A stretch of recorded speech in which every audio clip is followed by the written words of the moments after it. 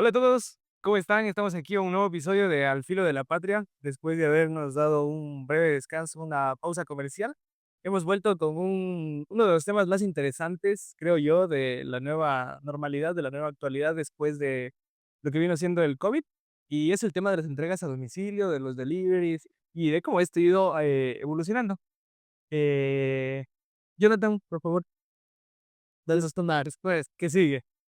Para el día de hoy tenemos planificado un tema de cómo evolucionar este tema de las entregas a domicilio, cómo y cuál es el futuro, cuál es la proyección, al menos qué es lo que ya existe de manera inmediata y cuáles son las proyecciones en base a este rubro, ¿no? Para hacer como que un flashback en el tiempo, podemos empezar como, ¿qué se utilizaba antes o qué crees tú, Camilo, que se utilizaba antes para llevar cosas a domicilio? Oh, O sea, sí, creo que el tema de dejémoslo ya, pongamos de un año, 1900, ya.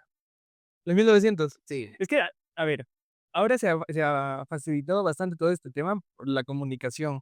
La facilidad de la comunicación que tenemos ahora, eso es una cosa impresionante, la inmediatez que existe entre yo mando un mensaje y, por ejemplo, le llega a mi mamá en 3 segundos. ya, Claro.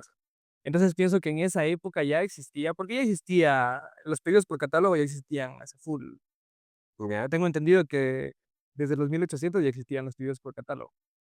Entonces, la inmediatez no era tal. Entonces, por ejemplo, yo creo que se pedía por cartas, supongo, en esa época, telegrama. claro. Entonces, imagina tú, ahora yo hago Incluso el tema de los viajeros, o sea, tipo los comerciantes, los navegantes que iban de ciudad en ciudad, y es como que tú le pedías para 6 meses, en el próximo año me traes, qué sé yo, estas frutas de claro, tal o cual cosa. y que el costo aparte, porque ahora es sumamente barato, porque al menos el costo en temas de aviones y barcos se ha abaratado bastante en relación a Ay, pero fíjate, esperar por un paquete un año, es que a a a 2 a años. eso iba. Ahora, podemos pedir, por, no sé, Servientrega, Amazon, Pero DHL y llega en 3 4 días. el poder de la palabra pesaba full. Y imagínate, ahora es como que no le entregas hasta que no des el comprobante. Ahora, imagínate antes, sí, a veces. Claro, es que, claro, ahí está la validez de la palabra y lo mucho que la gente confiaba en antaño y lo desconfiado que somos ahora, porque es así. Ahora, por ejemplo, si no mandas el comprobante de la horita del de una, no te No te no te envían. O si no pagas con tarjeta, algunos no. Claro. Entonces, yo pienso que esa ha sido la evolución, al menos en ese tema de los 1900, Vamos más o menos a la mitad, 1950, 1960. la Guerra Fría. Sí, ya empiezan ya había marcas posicionadas, ya existía Adidas, Puma, por ejemplo. El teléfono ya estaba normalizado. Sí, ya empresas que básicamente ya conocemos hasta la actualidad, se empiezan a forjar ya el tema de las petrolíferas, de todo este tema, ya empiezan a impregnarse dentro del mercado, General Electric, todos estos, o sea, toda esta, se puede decir, auge de la era industrial y todo el asunto. Y ahí viene el siguiente tema continuando con el tema de delivery, 1950. Existe Adidas, existe Puma, ¿cómo crees que ellos hacían el tema de las entregas en ese momento? Yo creo que se manejaban primero, eh, por tiendas. Yo supongo que tiene que haber un representante. Supongamos, por ejemplo, aquí en Ecuador, tenemos a Marathon, y de Marathon había un representante de todas las tiendas, de, por ejemplo, Quito, Guayaquil, Cuenca, Loja, tal.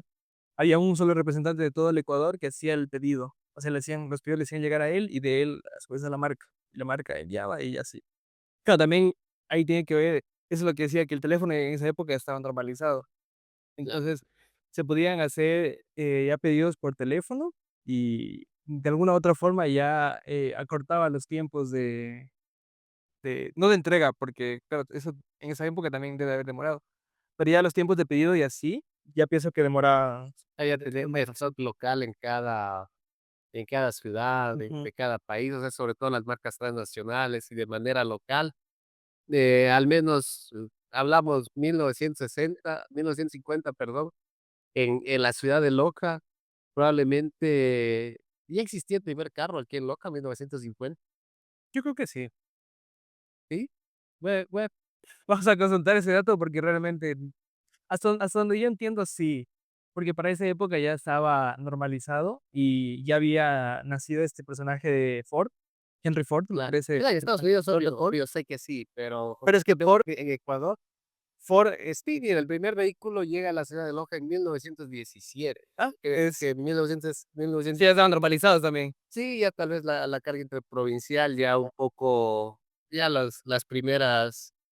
Sería interesante ver si ya habían cooperativas Loja y todo este asunto, pero en 1950 hablamos todavía de que se utilizaba bastante transportes secundarios, caballo, mulas, animales de carga para transportar esto de ciudad a ciudad, sobre todo porque siempre los canales de transferencia de mercadería han sido desde las grandes ciudades hasta las ciudades pequeñas, pero tipo para irte a la provincia, a Catacocha, para irte a Puyalgo, no sé, se utilizaban transportes secundarios y obviamente, nuevamente, la palabra pesaba full, porque desde 1900 que hicimos lo primero de los pedidos duraban 6 meses, tal vez un año. Ahora ya empiezan a durar menos porque ya empiezan a generar stocks dentro de las ciudades y probablemente ya un pedido te demore uno, dos meses, tal vez, 3 meses. Y luego vamos 1900, ¿qué año te gustaría? 1900. 80, 90.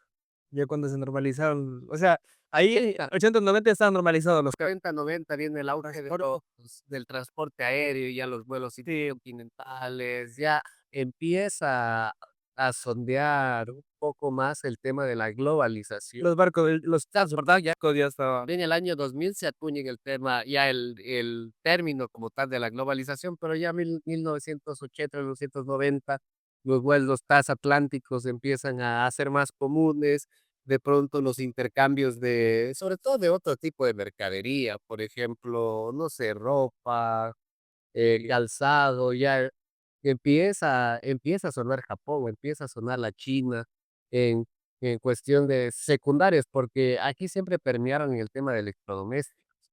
Eh, claro, siempre se importó Sony, Panasonic, todos estas marcas que vienen de afuera.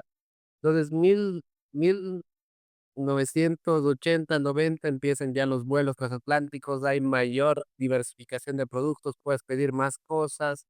Eh, yo creo que ahí todavía no existe un concepto de delivery como tal, o sea, como que te llegue algo a la casa, a excepción de ciertos productos de las televentas, que ya empiezan a sonar el tema de las ventas por televisión. O sea, pero antes de seguir hablando del tema hay que darle una definición a delivery. O sea, ¿qué se entiende por delivery?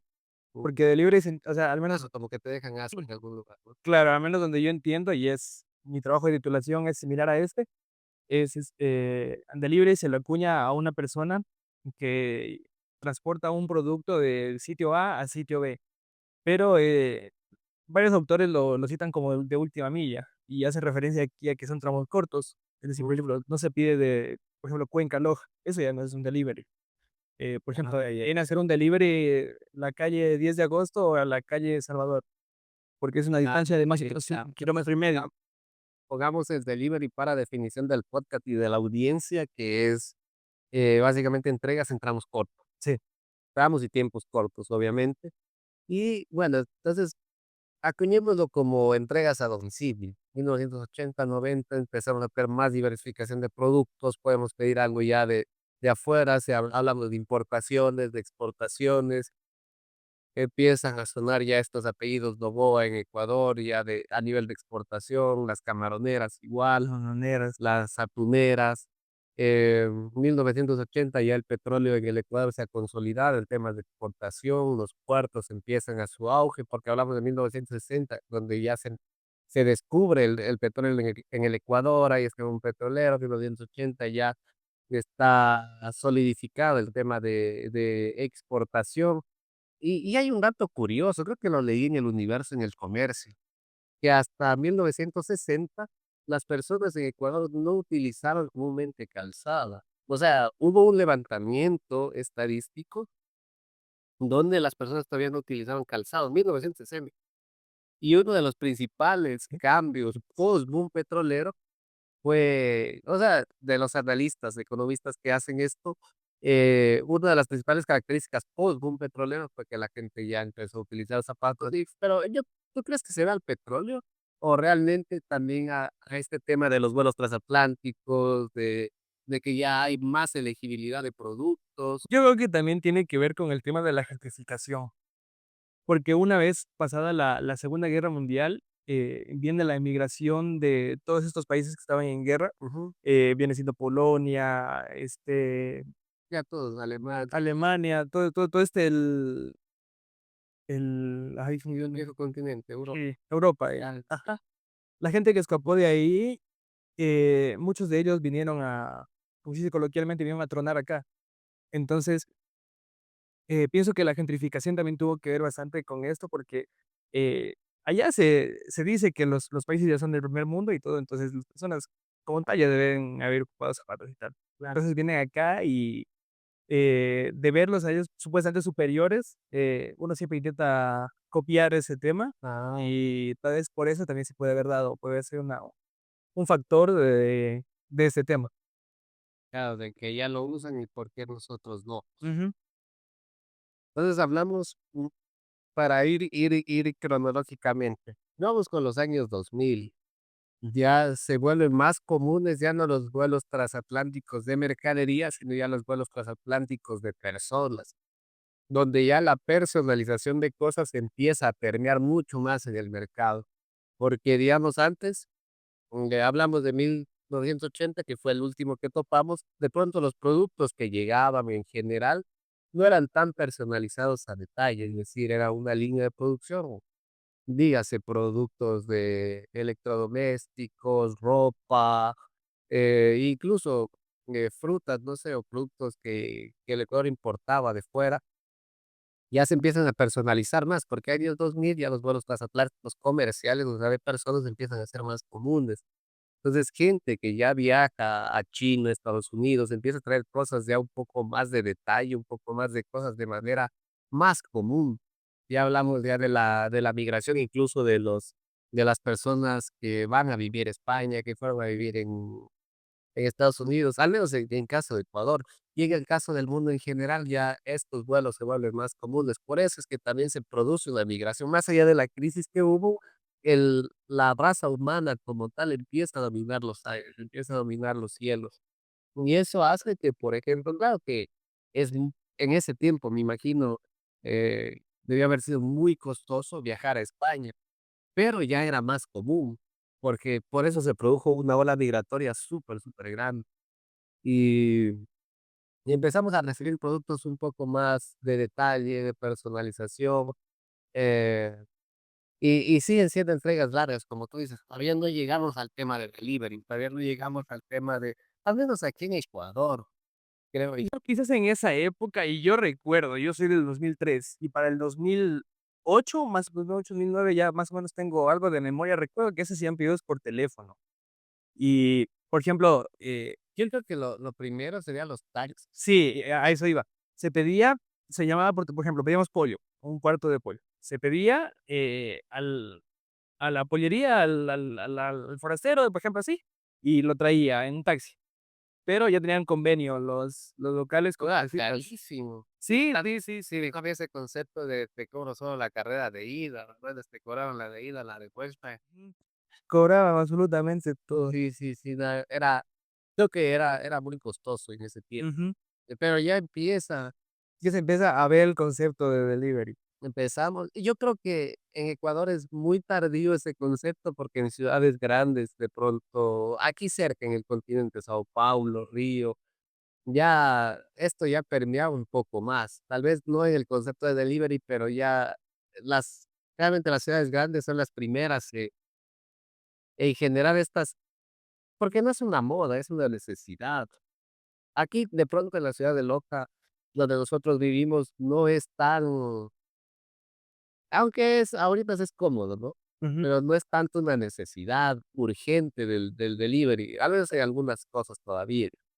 Sin embargo, en ciudades más grandes donde, por ejemplo, si te quieres tomar un almuerzo, estás a media hora de distancia de cualquier sitio que tú quieras. Ni en 10 minutos, Claro. caminando y ya. Ajá. Y en cambio, en una ciudad de pronto como Quito, eh, de pronto como, no sé, Tokio, donde quieres ir a comprar algo y tienes que moverte más y te arriesgas a ver cómo está el tráfico. Pues ahí Ah, es lo que yo veía un video de un chico que vive en Los Ángeles. ¿ya? Él estaban probando así distintos lugares de donas. Entonces querían irse a un Dunkin' Donuts, ¿sí? Quieren irse, estaban del lado A al lado B, una hora de tramo de viaje. ¿Ya? Y no era tanto por el tema de distancia, porque era una distancia de alrededor de unos 10 kilómetros, ¿Ya? pero era más o menos era por el tema del tráfico. Entonces supongo que aquí es donde ya viene la necesidad de las motos, de los vehículos pequeños, porque con un carro, por más te atascas en una intersección o así, en cambio con una moto vas serpenteando. Claro. Y ahí, o sea, ahí viene ahí la rapidez del delivery y la facilidad. Dígame, digamos, pues en 2008 todavía. No, lo que te comento ahora es de actualidad, pero en Bueno, esa ya, época, lo que te comento 2008 y así, claro. no era muy común, o yo no recuerdo en realidad. ¿Cuál crees que era la primera aplicación que se posicionó aquí dentro del país? Tal vez la primera que llegó, porque no necesariamente la primera que consumió, que tú recuerdas. Que yo he ocupado, No, que tú recuerdas, que que yo aquí en recuerde. el país o alguien que se puso una aplicación de delivery, porque más o menos 2010 ya empezamos ya a la normalización de sistemas operativos, Android, iOS, ya existe el iPhone, ya existe, ya está bien marcado, BlackBerry desaparece, Nokia desaparece, ¿cómo se llamaba el sistema operativo de Nokia? No recuerdo un Nokia. Eh, antes, Nokia OS, algo tipo. eh, este se llamaba, espera, no, ahora mismo se me fue, pero ya están bien marcadas las dos tendencias que se mantienen hasta la actualidad.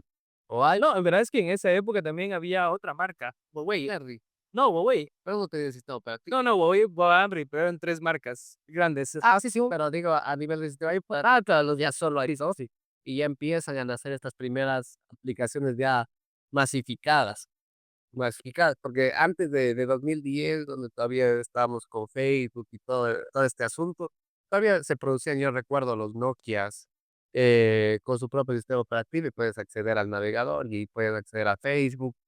Lo mismo hacía BlackBerry, lo mismo hacía ya los teléfonos de tecnología Huawei, Samsung con sistemas operativos Android y los iPhone por su lado. Y yo creo que la primera, no sé si estoy en lo cierto, pero la primera aplicación que llegó aquí al país fue la del Globo, Sí, aunque también te iba a decir Uber. que fue absorbida, pero Uber era más para transporte. Luego yo este tema focalizado del Uber Eats o del ya un poco más focalizado el delivery. Sin embargo, creo que Globo fue la primera que era exclusivamente dedicada en pedidos a domicilio, Ujú, comida principalmente. claro. Y Pero para esa época se escuchaba lejano, al menos para ciudades como Loja, Cuenca, sí, y en esa época recuerdo escucharlos full lejanos porque decían: "Están intentando desplegar en Guayaquil, están intentando desplegar en Quito". O sea, haciendo el intento recién de que la gente vea cómo funciona y mira, a mí un referente, para mí siempre un referente actual, tanto en mi vida como en este tema específico, es Mauricio Bloins. Es el creador de iFood de Brasil. Ese man es un genio y el man cuenta su trayectoria de cómo empezó a hacer aplicaciones de este tema de delivery, de este tema de de aplicaciones varias que nunca le funcionaron y que luego hoy por hoy es la aplicación más grande a nivel de continente. O sea, y eso que solo opera en Brasil, pero por la cantidad poblacional y todo, tiene un mercado súper, súper grande. Y solo como corte, si a alguien le interesa un poco más profundizar o de pronto quieren un referente tecnológico bueno como persona y como técnico, el man, que estudió en Brasil, luego fue becado para Stanford, volvió a Brasil, y ahora dirige un fondo de inversión en la India. que el man ahora maneja más de $2 billones en inversión. Oh, Y creo que el fondo, no sé cuántos fondos, o sea, cuánto dinero tiene, pero es muchísimo dinero, es muchísimo, muchísimo dinero. Y el man salió de Brasil con una empresa de delivery, fue para allá. O sea, lo que me gusta de solo como pausa es que el man les daba educación, sobre todo en pandemia. Se graduaron full de estos que llevan las mochilitas y todo el asunto. ¿Cómo se llaman? Los que hacen delivery.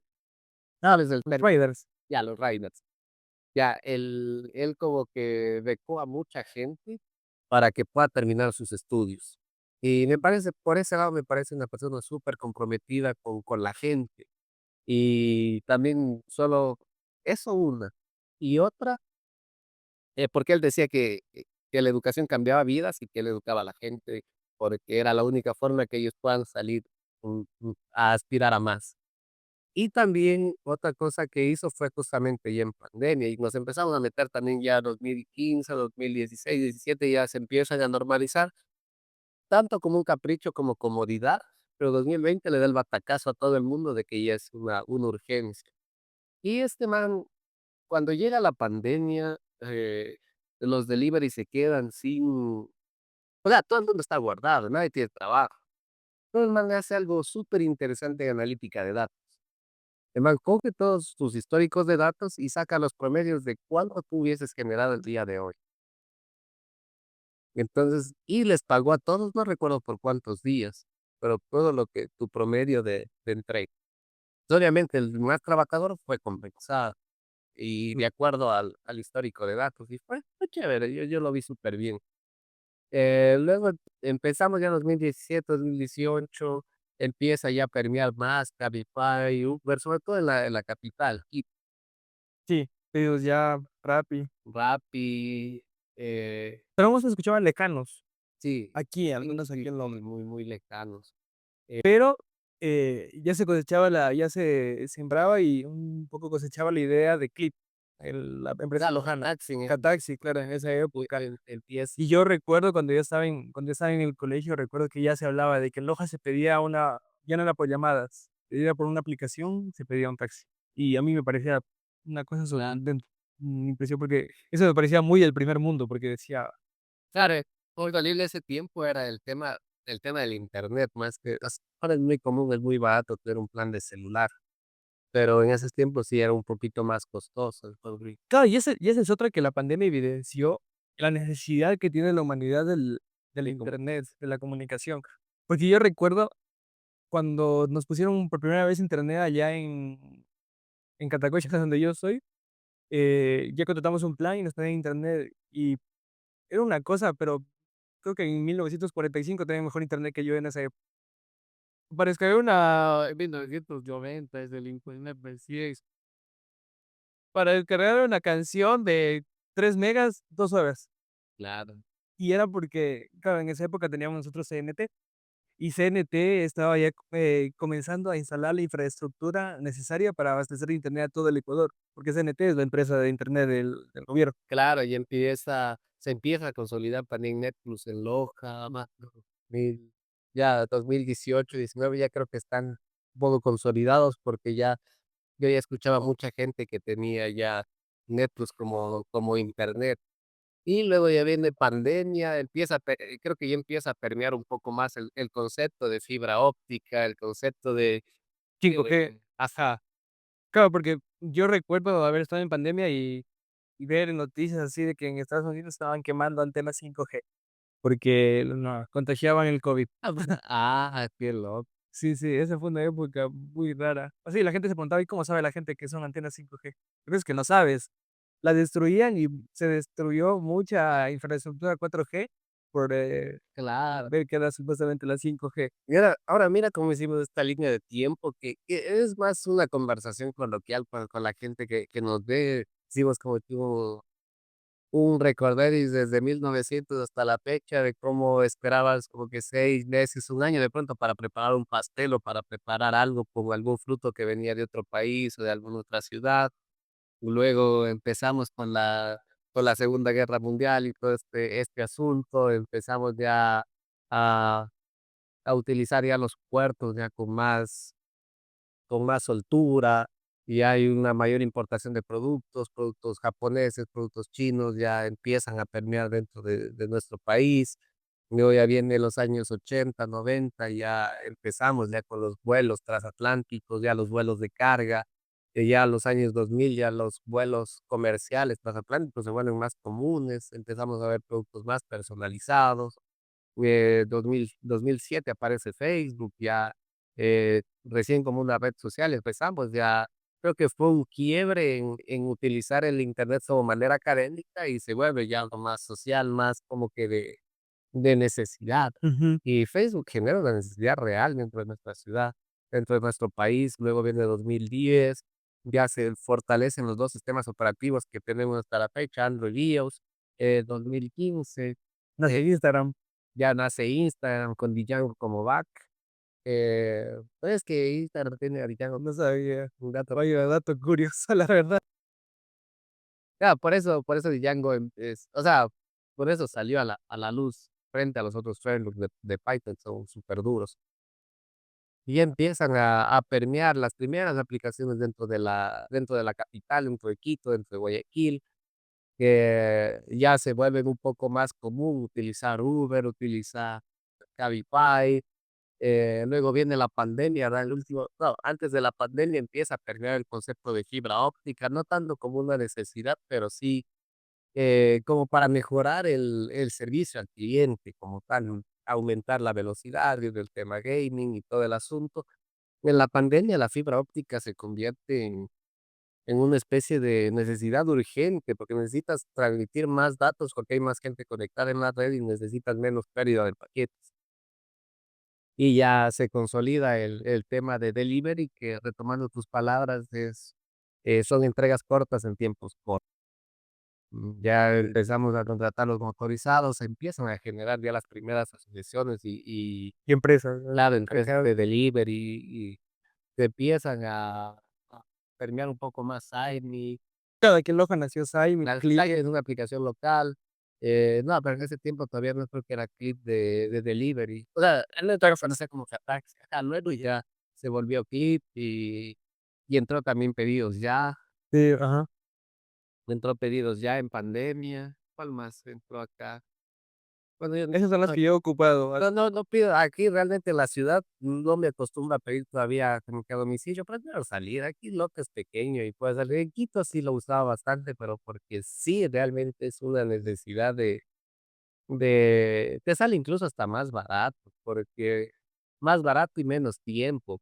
¿En qué sentido? ¿Quieres pedirte un KFC en Quito? Lo pides, te cuesta unos $5 de entrega tal vez, te llega y no gastaste tiempo de movilizar.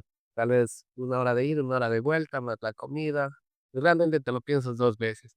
En local como que 15 minutos te vas o te vas caminando de la casa, encuentras un buen cebollado, te vuelves y estás Ya, listo. hecho. Ajá. Y sí, sí.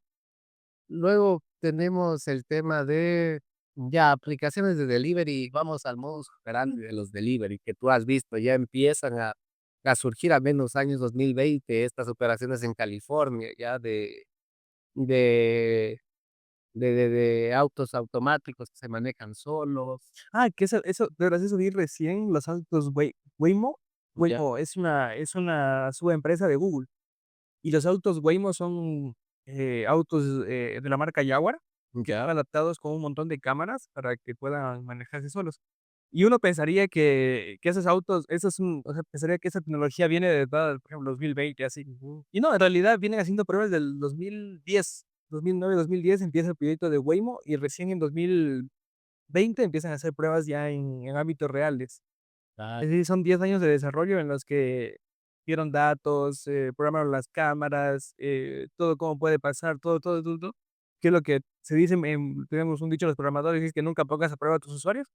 Entonces, hicieron todo ese tema de pruebas, y en 2020, cuando todas las calles estaban vacías, salieron los carros Waymo a mapear todas las aprovechar, aprovecharon, sí, sí, tal cual. bien loco. Por ahora están, lanzados en Los Ángeles, San Francisco y me parece que en Nueva York. En Pero ya empieza también por los años, ya en los 2020 como novedad. este tema de los robotcitos pequeños, sobre todo en los campus de las universidades de California, Ujú. estos robots pequeños que te llevaban una pizza, ya dígase de la calle Quito hasta San Sebastián, de manera autónoma, por ejemplo, o sea, a distancias relativamente cortas, de manera autónoma, comparten y camino con los peatones, básicamente.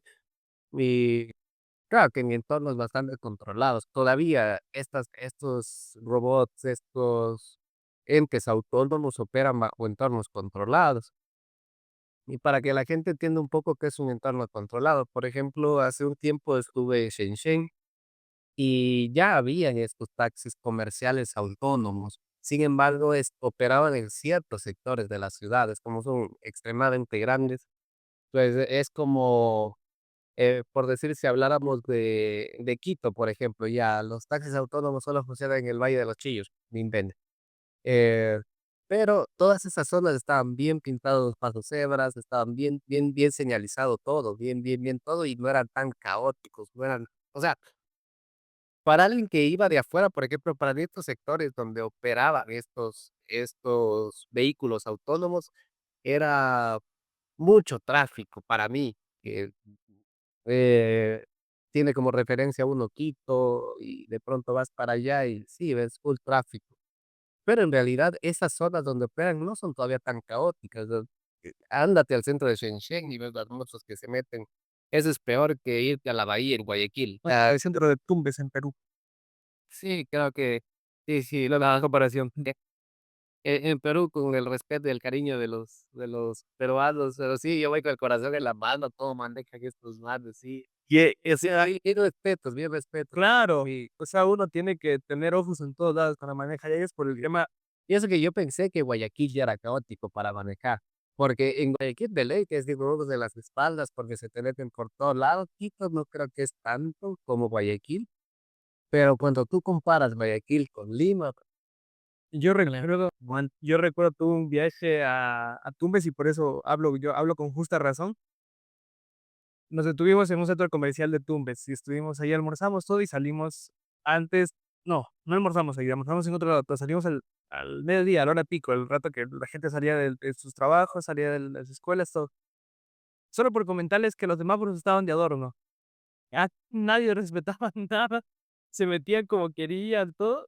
Y yo, en esa época, ya sabía manejar, ya se podía decir que era un buen conductor, pero tampoco tenía mucha experiencia, es una experiencia increíble.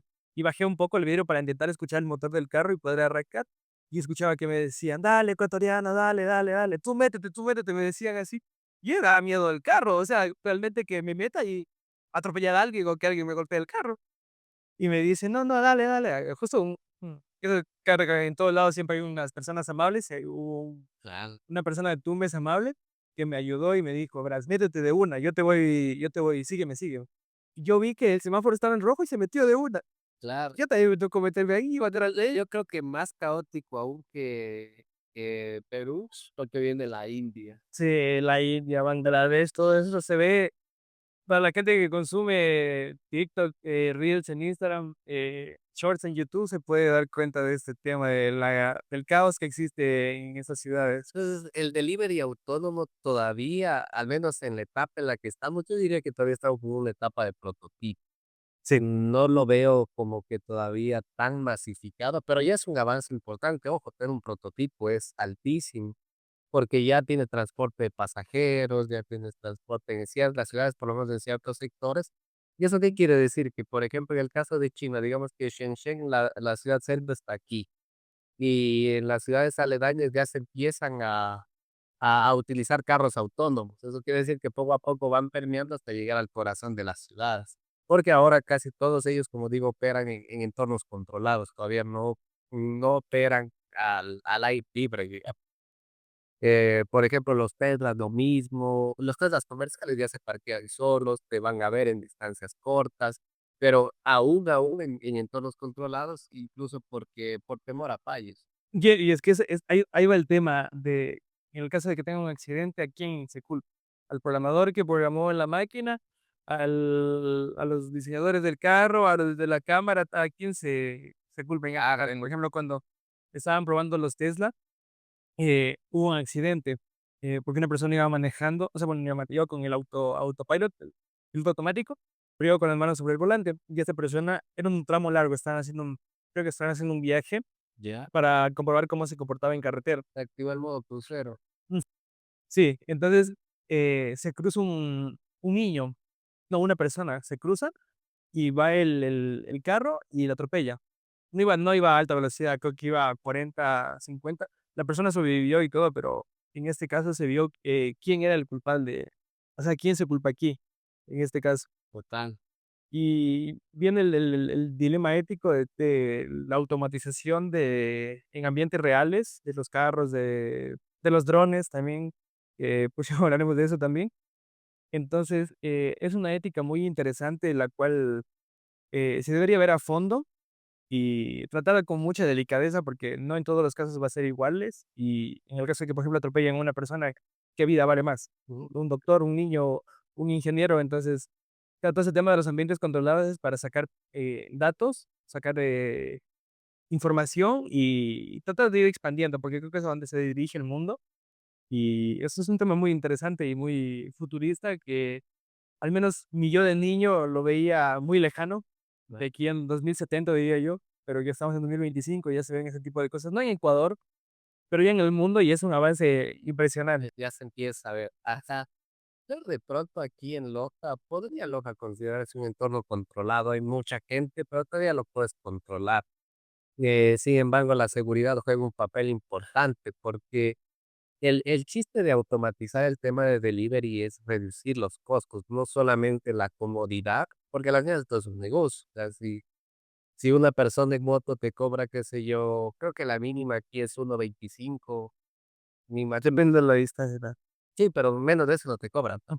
Digamos que pongamos como base 1.25, $1.25, y a eso súmale el combustible, la persona, los riesgos que tiene de que si se choca alguna cosa, las pérdidas, cuánto puedes perder. En cambio, si tienes un robotcito que de pronto es liviano, tal vez no pese más de 2 kilos, para el costo energético es bajísimo.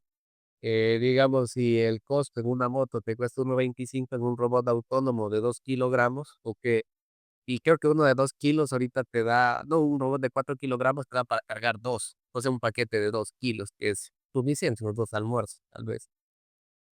Y sin embargo, al ser tan livianos, yo creo que aquí se lo robarían. Sí, Soy sincero, se lo robarían. Y es lo que pasa con los scooters. claro, al final eso fue lo que pasó y yo recuerdo alguna vez haberlo pedido, o sea, haber descargado la aplicación y ya no pude utilizarlos porque salió una advertencia y yo nunca más los pude comprar. Claro. Estuvo muy triste.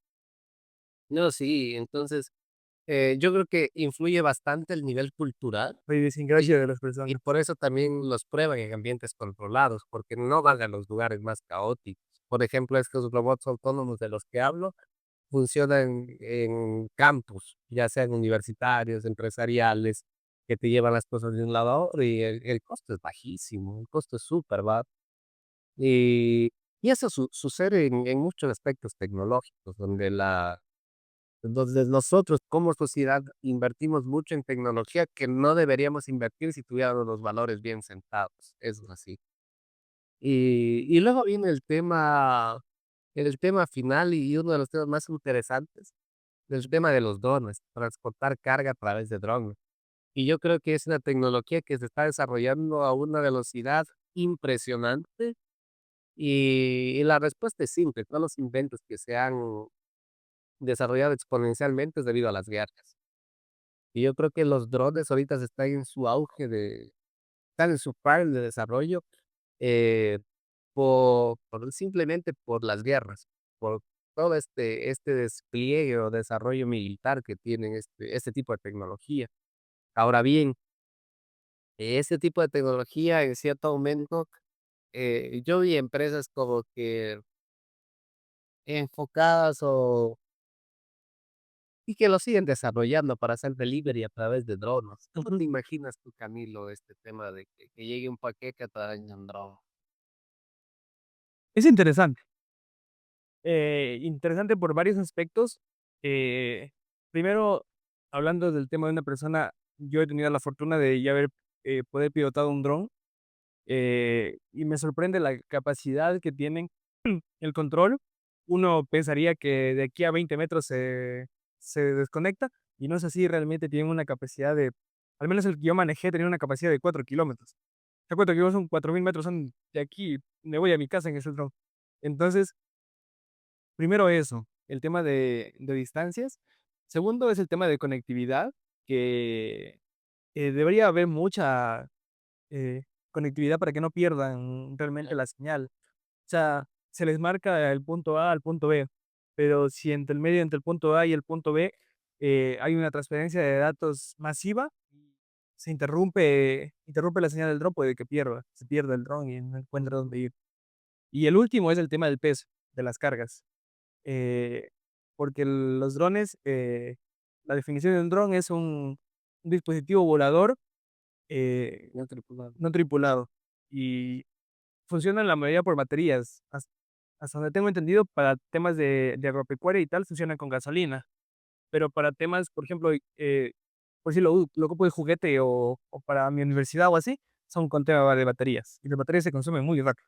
Y es que ver esto de los expertos en drones, ahora que mencionas lo de la de lo de la agricultura, ¿puedes explicarlo un poco más? De pronto es interesante. Y claro, o sea, eh, la primera marca que yo conocí que hizo un dron para el tema agropecuario fue Digi.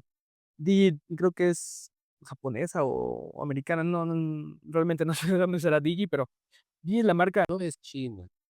creo que sí, parece que sí. Digi es la marca líder en tema de drones, porque ellos se enfocan para un montón de público, es decir, no se centran solo en el público que quiere solo un dron para hacer tomas de mi casa, por ejemplo, de la iglesia o así.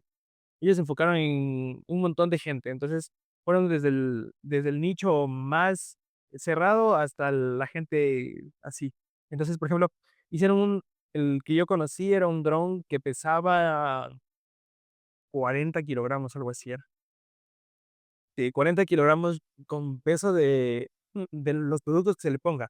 En este caso, por ejemplo, servía para pesticidas, fungicidas, cosas así, para regar sobre los cultivos. Entonces, para levantar todo ese peso de 40 kilogramos, requería de ya no motores eléctricos, sino ya de motores a gasolina. Entonces también se incluye el peso de la gasolina. Y para que se hagan una idea, un dron de esas características, así cualquiera lo pensaría que es pequeño, o sea, pero en realidad no, es más o menos del porte de un carro pequeño, de un hatchback, de un carro huevo, como se les conoce aquí coloquialmente. Un carro pequeño, así, y son gigantes, que son masivos. Y el ruido que generan estos aparatos es impresionante. Es más o menos, para que se hagan una idea, generan el mismo ruido que una persona subida en una moto acelerándole a la moto. Algo Más o menos, así. al lado tuyo, así. Es una cosa impresionante el ruido que generan. Entonces estos se los ocupan, se programan y, por ejemplo, se determina el tamaño del terreno.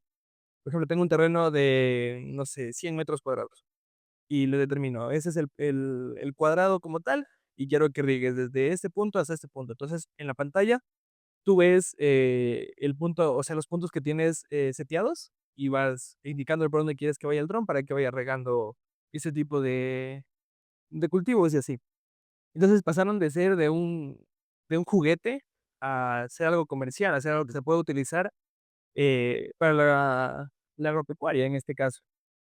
Y también recientemente vi que estaban desarrollando un dron para el tema del rescate, porque y hacían la comparación de, por ejemplo, a un equipo de 3 personas les tomaba media hora subir un cerro para rescatar a una persona que estaba en la cima, y al dron le tomaba 10 minutos. A las personas les tomaba, por ejemplo, no sé, 45 minutos subir con todo el equipo. Y al dron, con una persona subida en el dron, le tomaba 10 minutos. Entonces me parece una cosa impresionante porque antes para eso se necesitaba un helicóptero. Y ahora ya con simple, entre comillas, dron, ya Claro, puedes realizar eso. los casos Ujú. también. Ujú. Entonces, no sé qué opinión te merezca de eso. Tengo un dato curioso aquí. Yo conocí una empresa de drones y ellos tienen, no sé si tú sabías, pero el principal lío de los drones, el principal lío que tienen es la autonomía en nivel de energía. Por ejemplo, un dron en promedio se mantiene 30 minutos en el aire. a cualquier dron comercial que tú te compres, 30 minutos, y eso también tiene una explicación lógica. No sé si tú sabías eso, o sea, no es que viene otra empresa y dice: "Ya le voy a poner 40 minutos, 50 minutos", ahora es la media, porque existe un principio de conservación de energía. Por ejemplo, los drones que mencionaba Camilo de la agricultura, funcionan a gasolina. Entonces, si tú le pones, digamos, quieres que dure más, por ejemplo, actualmente es 30 minutos de autonomía de un dron. Y obviamente el sentido común que te dice, ¿quieres más? Ponle más gasolina, como un carro. O sea, ¿quieres que vuele más? ¿Por qué no le pones más gasolina y ya vuelas más? Pero el hecho de que tú le pongas más gasolina, el dron se hace más pesado y por ende consume más energía para poder avanzar más y prácticamente llegas a lo mismo. O sea, obviamente superas las barreras de los 30 minutos, pero el costo es muy alto. Tal vez si el invento, digamos que un dron se tarquea con 20 de súper, por alargarle 5 minutos más de autonomía, ya te jalas $40 de súper, por ejemplo. Por poner un ejemplo así muy, muy práctico, es lo que sucede con los drones y la autonomía. Entonces, los que fabrican y piensan los drones, porque una vez visité una fábrica de drones, ellos dominaban mucho este tema el principio de conservación de energía y calculaban cuánto tenía de autonomía de acuerdo al tamaño. Por ejemplo, ahí estoy la primera vez que vi los, unos drones diminutos, o sea, tal vez de un diámetro de unos, ¿qué será? 8 centímetros, 8 o 9 centímetros. Y, y que los utilizaban para jugar carreritas, entonces, tipo en la oficina, te como que unos obstáculos, te ponías unos lentes aquí y piloteabas un dron remoto. Estos drones tenían de autonomía 5 minutos. Y y eran súper livianitos, ya no pesaban nada, pero ya más o menos, sigues con el mismo principio de conservación de energía, porque a menos peso, menos energía, pero en cambio tienes otros atributos, tienes más velocidad, porque eran drones de competencia, eran drones de competencia, entonces tenías 5 minutos de autonomía y llegabas más lejos, pero ya se acababan 5 minutos y a veces no te daba para volver. Sin embargo, por ejemplo, un dron de estas características de 8 centímetros de diámetro, pongamos de 10 ya, 10 centímetros, ¿ya? Estos, según la gente con la que yo conversaba, podían cargar hasta 1 kilogramo de peso a veces. O sea, depende de que no sea líquido, de que sean sólidos y distribuyendo bien toda esta cosa. Pero el lío es, el lío que ellos tenían para verle un futuro comercial a eso, yo decía: "Buenazo", o sea, en mi percepción decía: "Estamos a nada de ver drones deliveries para entregas y demás". Sin embargo, ellos pensaban lo opuesto, pues ya todavía estamos muy, muy incipientes en el tema de ver un dron como delivery, ¿por qué? Porque el chiste es que lleven paquetes, ¿no? Ujú. O sea, que lleven paquetes, de pronto que te lleven un almuerzo no va a compensar el combustible, claro, el gasto energético, la autonomía. Pero de pronto si llevas otro tipo de cosas un poco más delicadas, no sé, o la inmediatez de pronto, para llevar paquetes en ciudades grandes. Pero ellos decían que el principal lío que le veían era ya cuando quieras enviar un paquete de, por ejemplo, me invento, 5 kilogramos. Los drones vuelan alto por sentido común, ¿no? Ujú. Vuelan alto, vas de aquí a allá, y digamos que hay una falla mecánica. Y Okey. por gravedad, esos 5 kilogramos para llegar al piso ya no son 5. Ya probablemente haya que hacer una fórmula de caída libre y probablemente ya te caiga en la cabeza un objeto con una fuerza de unos 20 kilogramos, por decir. Y es lo que pasa, por ejemplo, el dron que yo tuve la oportunidad de manejar era un modelo Digimavic 2, me parece. Y este no era tan pesado, tenía alrededor del peso de 1,5 kilogramos o 2. Pero el tema con este es que una vez que, por ejemplo, se le acababa la batería o así y caía, eh, Aerodinámica. no, le podía caer a una persona en la cabeza y matarlo directamente, por la fuerza con la que caía. Depende también la altura, obviamente, si caía de 3 metros no era tanto, pero, por ejemplo, si caía en los 20 metros, podía matar incluso a la persona que le caía encima.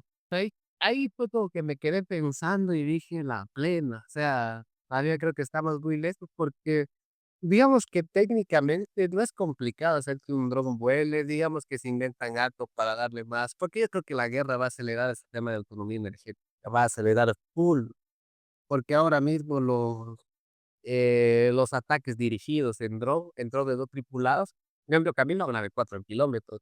Estos balas de Israel contra Irán hablan de cerca de 2000 kilómetros.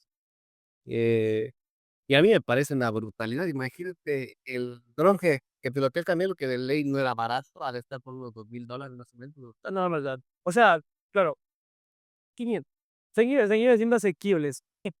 El, el dron, el dron que yo tuve la oportunidad de pilotar están rondando los 800, 900 más o menos. $900 con un rango de 4 kilómetros. Sí. Ahora, ¿cuánto debe costar un dron de guerra? Para que tengan una idea de que vuela a 200 kilómetros, o sea, es 200 para 4, ¿cuánto es? 50 veces más potente que el dron que piloteó Camilo. Y en dólares eso debe ser muchísimo. Y yo creo que ellos ya tienen de alguna manera resuelto un costo muy alto el tema de autonomía energética. Ya deben tener resuelto, pero no lo liberan, obviamente, Ujú. porque es darle ventaja al enemigo. O sea, ahora no, pero probablemente cuando hayan aires de paz, tal vez en unos 15 años o 10 años más, estas fórmulas de autonomía se liberen y tenemos resuelto, digamos, el tema de la autonomía, ya para que puedan hacer deliveries, que no se nos acabe la batería tan rápido y que de pronto un vuelo comercial, digamos, no, creo que no tiene mucha extensión territorial. De pronto, luego un dron de $800 puede hacer carreras en toda la ciudad y aquí en unos 10 años con una autonomía mucho más duradera. Eh, y luego, digamos que esta autonomía es uno de los principales líos, pero ¿cómo garantizar la seguridad? Y siguen teniendo las mismas dicotomías de los entes autónomos. ¿Qué es lo que pasa si fallan? ¿De qué es la culpa? Hay una falla mecánica y le cae el paquete a alguien en la cabeza. O si llega y lo retira otra persona. Ah, Porque eso me viene a la cabeza ahorita pensando, por ejemplo, en mi casa existe una terraza en la que puede aterrizar. En otras casas no existirá y tendrá que dejar en la calle. Y si es que la persona por de motivos no está en la casa, ¿quién recibe el paquete? Y si lo deja ahí, cómo lo retira o así? yo creo que resuelve con algo de reconocimiento. O sea, de que a veces un lugar que para aterrizar, tal. Es que digo, depende mucho los valores de la ciudad, porque, por ejemplo, yo he visto, y con asombro, por ejemplo, en Estados Unidos la gente tiene la costumbre de que muchas veces sucede esto con los buzones. O sea, no le cuelgan y te deja en el piso y llega algún vecino, te lo alza y te lo deja así bien. O sea, no husmea de qué será ni nada, sino que tiene la costumbre de que por A o B motivos el edificio se cerró, lo recogen del piso y te lo dejan en tu casillero y es un acto de bondad. De pronto lo que tú dices, o sea, viéndolo con una lógica criolla, tal vez si mi casa está cerrada y me dejaron el paquete afuera y llego y ya no hay internet. Ya ni paquete. Tirón. Entonces, capaz que, como digo, hay que probar entornos más controlados, tal vez en estos países donde la seguridad y los valores de las personas son un poco más están más fortalecidos, pues puede llegar a funcionar este tema de dejar las de pronto los paquetes afuera, ¿no? Pero de cara a lo que sí me preocupa es lo que me dejaron pensando estos manes, ¿qué pasa si se cae? Porque, digamos, ahora los drones son, principalmente utilizados para videos, para transmitir cosas, em y no mucha gente tiene drones. Tal vez ahora mismo que estamos grabando el podcast, tal vez sin que nosotros nos demos cuenta, hay unos 2 drones sobrevolando máximo, tal vez ninguno. Pero si esto se vuelve comercial a nivel de deliveries, pues ya tendremos un tráfico de unos 50 drones sobrevolando, o 100 drones, tal cual el tráfico que se produce por el piso, y otro como un riesgo más alto. Claro, otro tema que me acabo de acordar es la fauna local, o sea, no local, la fauna citadina. Cuando el dron que yo piloté, en las 2 veces que lo piloté, 2 pájaros lo han atacado, pero, o sea, no le llegan a hacer nada. Se acercan y ya las aspas como que lo golpean al pájaro y y se aleja. Entonces, ahora supongamos, eso se vuelve ya más normal. Por varias situaciones, las palomas le dejan de tener miedo a los drones y los comienzan a atacar. Entonces, aquí viene el tema de que pueden hacerlos caer, palomas versus drones. Pueden hacerlos caer, porque, por ejemplo, la paloma va y se choca contra el dron. La paloma desafortunadamente muere y el dron cae.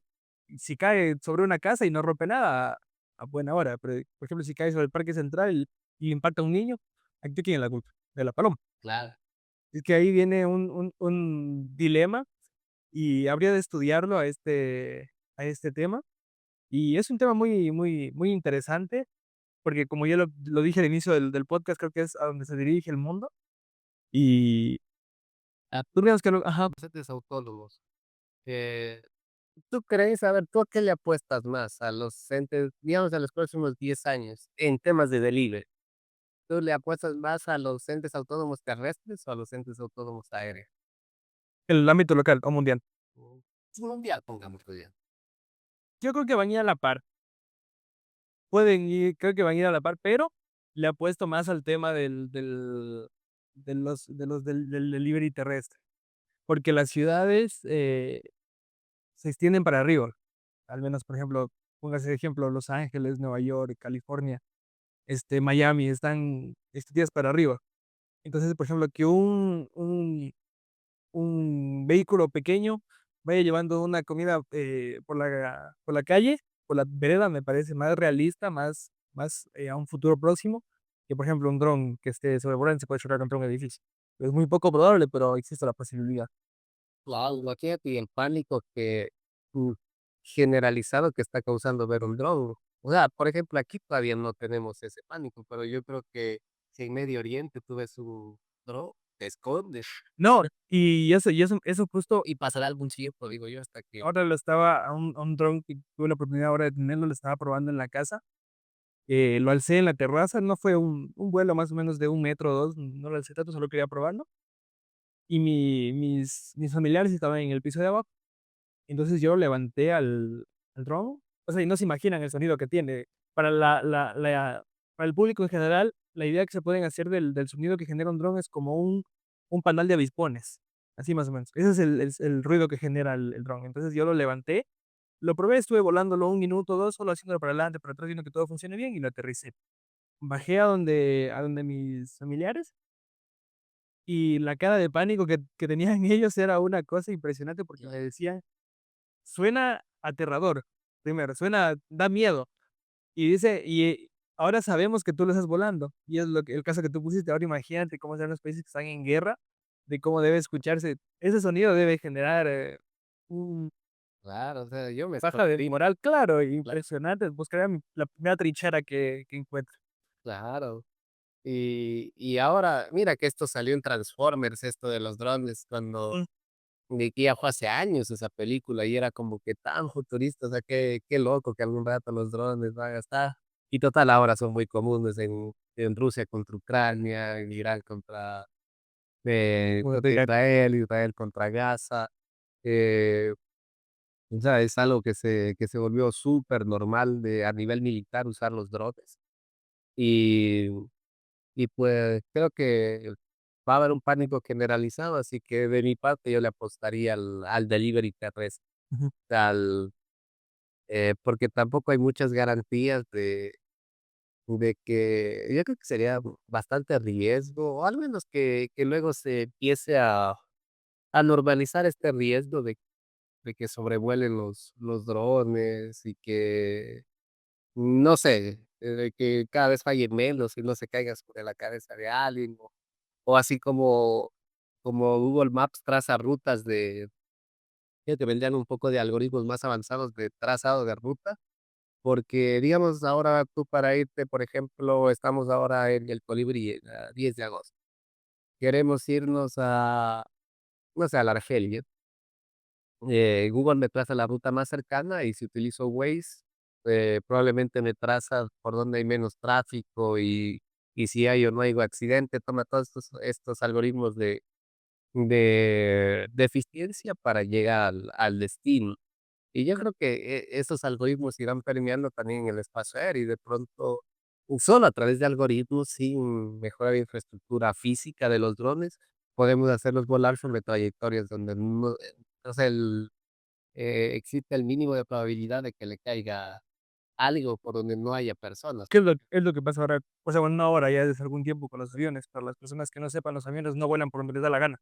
Vuelan por carreteras aéreas que tienen una ruta establecida y en el caso de que, por ejemplo, se salgan por varios motivos, por ejemplo, en el aeropuerto está pasando algo con la pista y el avión no puede aterrizar.